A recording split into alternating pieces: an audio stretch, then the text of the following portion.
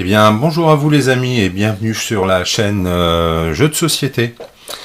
Aujourd'hui, nous allons parler d'un jeu que nous avons découvert récemment en ouvrant la boîte, qui s'appelle Thunderbolt Apache Leader. Je tenais vraiment à vous en parler parce que j'ai fait une partie test il y a quelques jours et c'est vraiment un jeu extraordinaire. Alors, ça va être un peu long parce qu'on va passer par plusieurs séquences. C'est un jeu qui mérite d'être extrêmement détaillé pour voir un petit peu la profondeur et la qualité de jeu qu'il y a, parce que c'est un jeu qui est très prenant, très stressant justement. On a l'impression vraiment d'être à la place des pilotes lors des missions. Mais vraiment, c'est un jeu qui est plein de détails et c'est ce qui offre toute sa richesse, on va dire. Donc je vais faire plusieurs tranches, on va dire, de vidéos pour pouvoir vous détailler un petit peu chaque chose.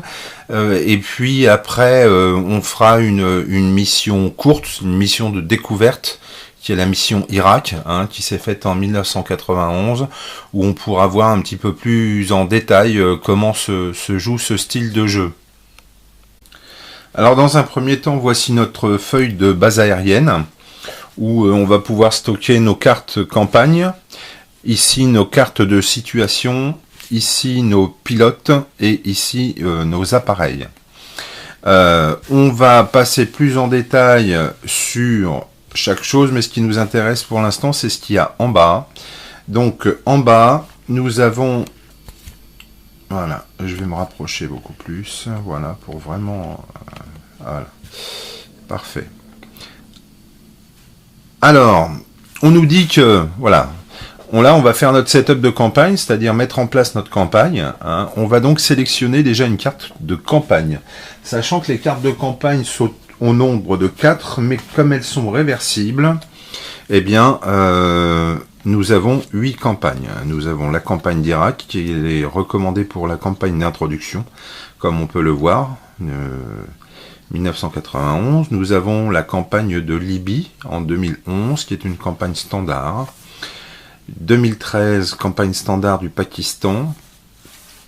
2014, campagne standard donc d'Iran.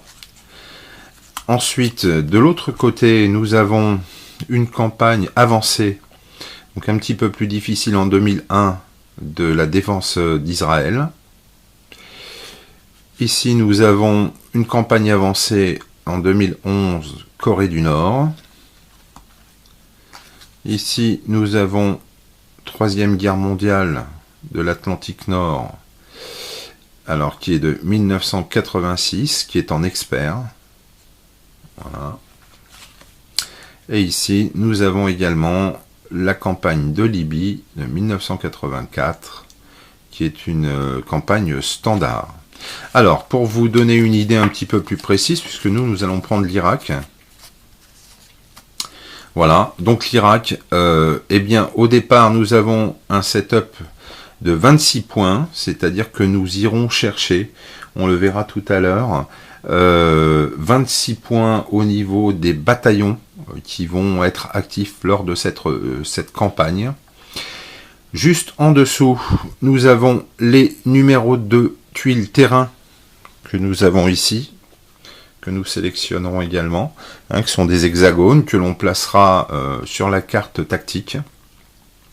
Ensuite, sur le côté ici, eh bien, à la fin de cette campagne, nous aurons une évaluation, qui est de 6 ou moins. Eh bien, c'est une campagne désastreuse, on va dire. 7 et 9, c'est une pauvre campagne.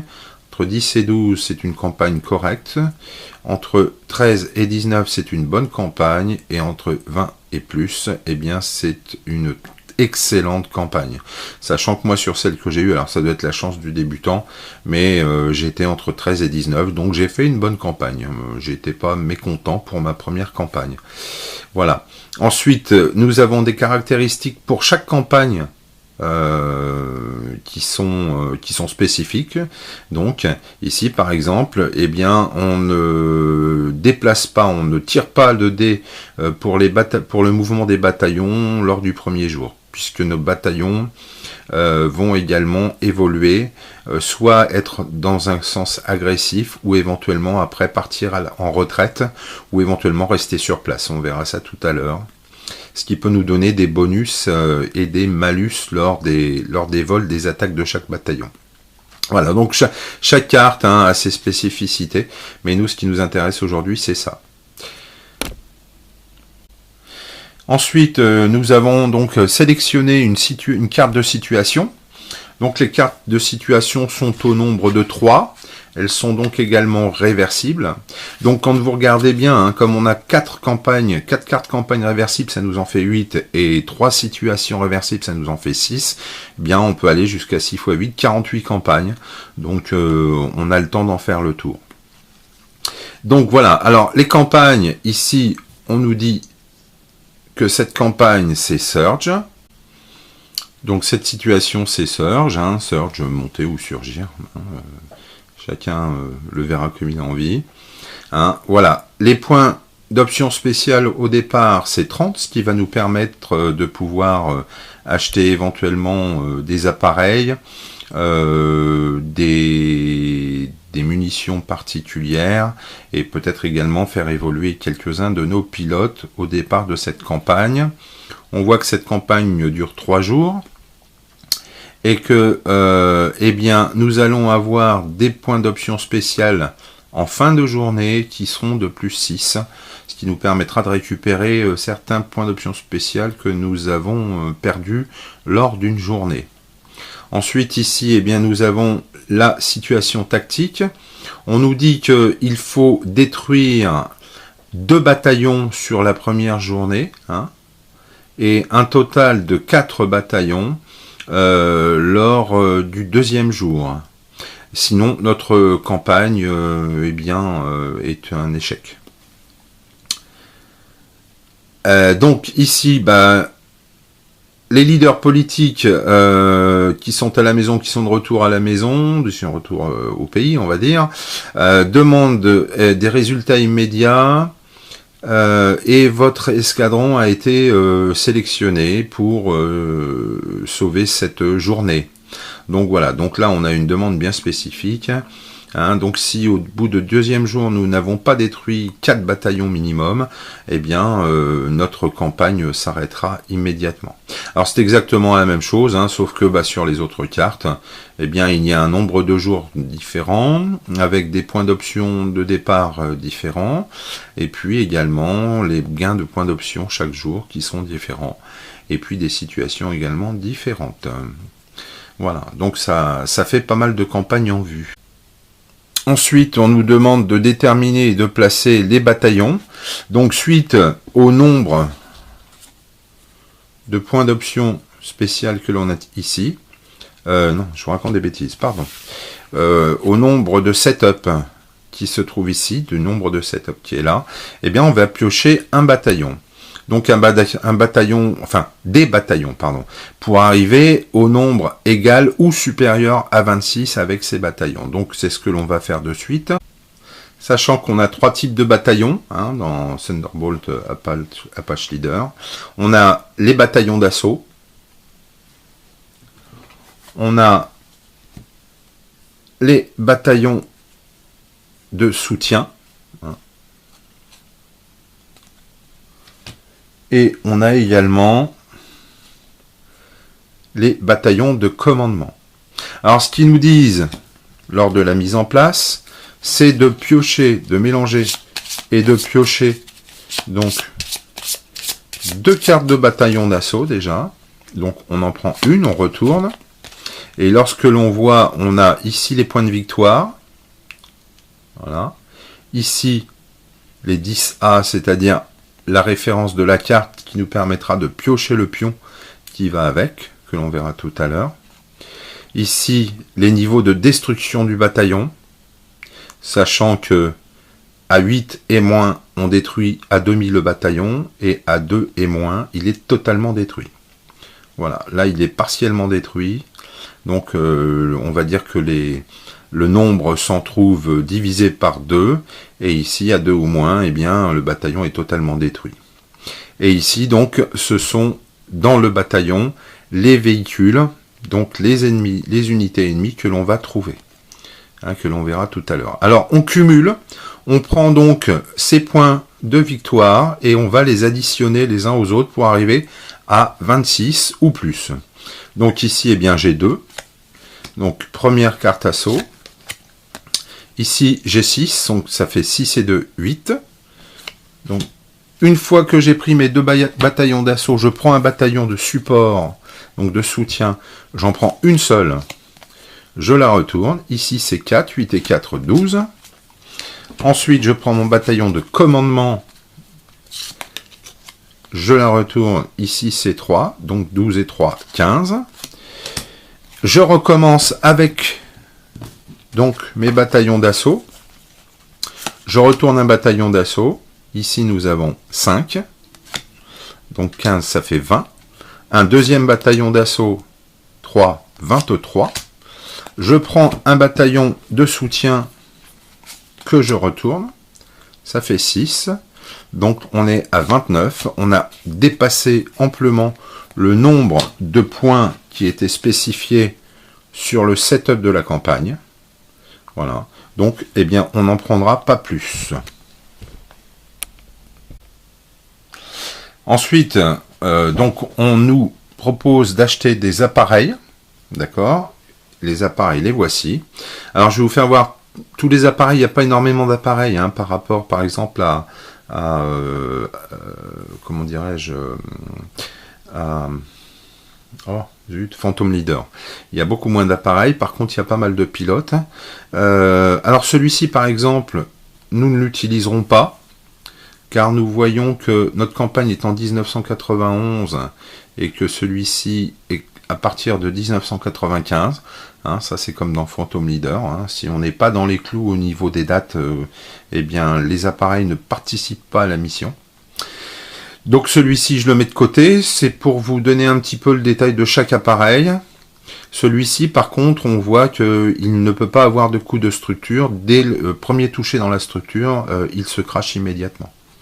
Hein, et puis ici, eh bien on voit que celui-ci, alors les appareils pour certains ont 2 versions, une version avec les premières versions en équipement analogique et ensuite eh bien nous avons une deuxième version avec des équipements un peu plus technologiques tels que informatisés, etc. qui présentent l'avantage pour certains d'être liés. C'est-à-dire que chaque avion peut communiquer l'un avec l'autre, ce qui leur permet des fois d'être plus précis dans leur frappe. Et puis d'envoyer un missile, même si lui ne voit pas, et bien si un de ses collaborateurs voit la cible, et bien il peut lui dire d'envoyer un missile à tel endroit. Voilà, avec les coordonnées. Donc là, on va jouer avec, en 1991, on était encore en analogique, donc il n'y aura pas d'appareil lié entre eux pour pouvoir communiquer. Alors, ici, par contre, donc celui-ci, comme on le dit, le RQ1, on ne l'utilisera pas. Les numéros qui sont ici, c'est les numéros de carte simplement pour avoir les références de chaque appareil, parce que bien des fois, vous avez plusieurs appareils, et pour bien les dissocier, hein, de même type, on va dire, et pour bien les dissocier, et bien voilà, par exemple, il peut y avoir un RQ1 611, et puis le même RQ1, mais en 612, qui est un appareil différent, mais c'est vraiment pour les différencier l'un de l'autre. Ensuite, nous avons celui-ci qui ne participera pas non plus, la C130. C'est pareil, il est à partir de 1995, donc on ne l'utilisera pas. Bon, par contre, lui, il peut prendre pas mal de coups dans la carlingue avant de se cracher. Et il a la possibilité, alors il n'a pas d'armement, mais il est utilisé en haute altitude. C'est un avion de soutien, hein. Il est utilisé uniquement en haute altitude et par contre ça permet d'avoir un pop-up de moins lorsque l'on est en haute altitude. Ça on vous expliquera un petit peu plus tard. Ensuite, eh bien un Thunderbolt. Donc lui on voit que il est apparu en 1976. Il y a une version plus récente. Ils ont gardé le même appareil mais ils l'ont équipé avec, on va dire, des armements et une technologie plus récente que nous n'utiliserons pas parce que on est au-delà de 1991. Alors comme on peut voir ici, donc c'est le type d'appareil, son numéro porté. Ici, on voit que le petit numéro que vous avez en haut à droite, là, c'est son canon. Hein, c'est la qualité de tir de son canon. Ici, eh bien, c'est le prix que l'on va payer en points d'option spéciale pour pouvoir avoir ce Thunderbolt dans notre campagne. On voit que c'est pareil, hein, il peut prendre pas mal de coups dans la structure avant de se cracher. Et ici, on a tous les armements qu'il peut transporter, y compris un tanker de fuel de manière à aller plus loin, donc faire plus de tours. Hein. Ici, vous allez voir que c'est dans le nombre de tours que ça va se faire. Et puis, ici, c'est sa possibilité de point de poids, c'est-à-dire que c'est un avion qui peut charger énormément de poids, puisque là, on peut mettre jusqu'à 14 points de poids de munitions. Alors, on nous écrit que le monoplace A-10 Thunderbolt a été conçu pour contrer les menaces de chars soviétiques pendant la guerre froide. À une époque où les avions volaient haut et vite, eh bien l'A-10 a pris une nouvelle direction pour les combats contre les tanks. Donc les Thunderbolt volent lentement et près des pâquerettes, c'est-à-dire qu'ils volent très bas, et cela leur donne beaucoup de temps pour identifier et détruire les véhicules ennemis et l'infanterie. Pour survivre dans cet environnement, la A-10 est construit de façon robuste et avec une armure interne en titane et ce qu'on appelle en baignoire, c'est-à-dire qu'il ceinture totalement le cockpit. Les A-10 ont rapidement reçu le surnom de Warthog pour leur ténacité. Voilà. Ensuite, eh bien, je vais vous présenter également l'un des héros de ce jeu, bien sûr, hein, puisque c'est l'hélicoptère Apache. Donc on voit que celui-ci est apparu en 1986, hein, et il a un coût de 4. C'est-à-dire que si on l'achète, ça nous coûtera 4 points d'option spéciale. C'est son nom de technique, c'est le AH-64A. On voit qu'au niveau des coups dans la structure, bon, c'est pas mal quand même, avant qu'il soit abattu.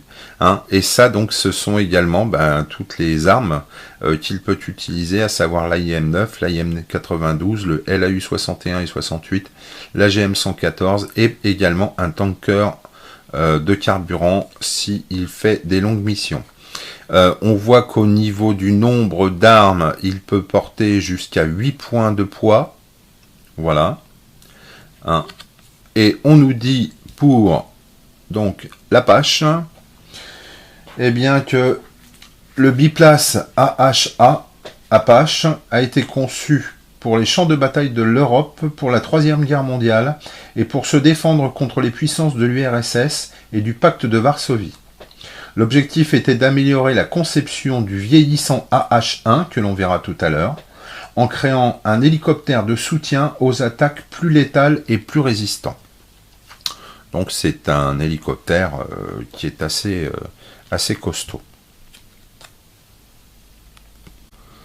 Ensuite, nous avons donc le AH-1 dont on vient de parler précédemment, qui est un hélicoptère qui a été créé en 1967, que l'on surnomme le Cobra. Il a un canon à 9, donc assez faible. Hein.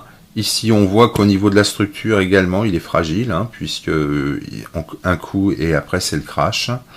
Il peut transporter donc toutes ces munitions-là, et également à un coup de point de poids de 6. Voilà, donc il peut transporter peu. Hein. Par contre, il n'est pas très cher, comme on le voit. En point d'option spéciale. Voilà. Il coûte 2, hein. Donc vraiment pas cher du tout. Et donc la H1, on nous dit que c'est le biplace AH-1 Cobra qui a été conçu comme un hélicoptère d'attaque dédié pendant la guerre du Vietnam. Depuis lors, il a été mis à jour plusieurs fois et continue à servir. Donc voilà, le Cobra existe encore et est utilisé encore par l'armée américaine. Alors ensuite, nous avons le F-16. Hein, donc lui a été créé en 1976 et il a un coût de 5 hein, pour pouvoir l'utiliser lors d'une campagne. Le canon a une portée de 7, enfin une puissance de 7. Et donc, il peut prendre 2 touches sur la structure avant de se cracher. Il peut porter également toutes ces armes-là et a des points de poids de 10. Donc c'est pas mal. Il peut porter pas mal d'armes. Voilà. Donc le F-16, que nous dit-on sur son histoire? Eh bien le Falcon, qui est un appareil monoplace, a été conçu pour être chasseur léger à faible coût et pour contrer le nombre important d'avions soviétiques pendant la guerre froide. Il est l'un des avions les plus largement exportés dans le monde et il a depuis été adapté à un rôle de soutien aérien. Alors, celui-ci a des règles spéciales, c'est-à-dire qu'on ajoute plus 2 aux attaques du F-16 contre un hélicoptère. C'est-à-dire que il est assez puissant, d'accord, au niveau des combats RR. Et pour finir, au niveau des appareils, nous voilà avec l'AV-8B, qui est surnommé Harrier, et qui est l'un des avions que l'on regardera plus en détail tout à l'heure. Il a un coût d'achat de 6 points d'option spéciale. Il a été créé en 1985.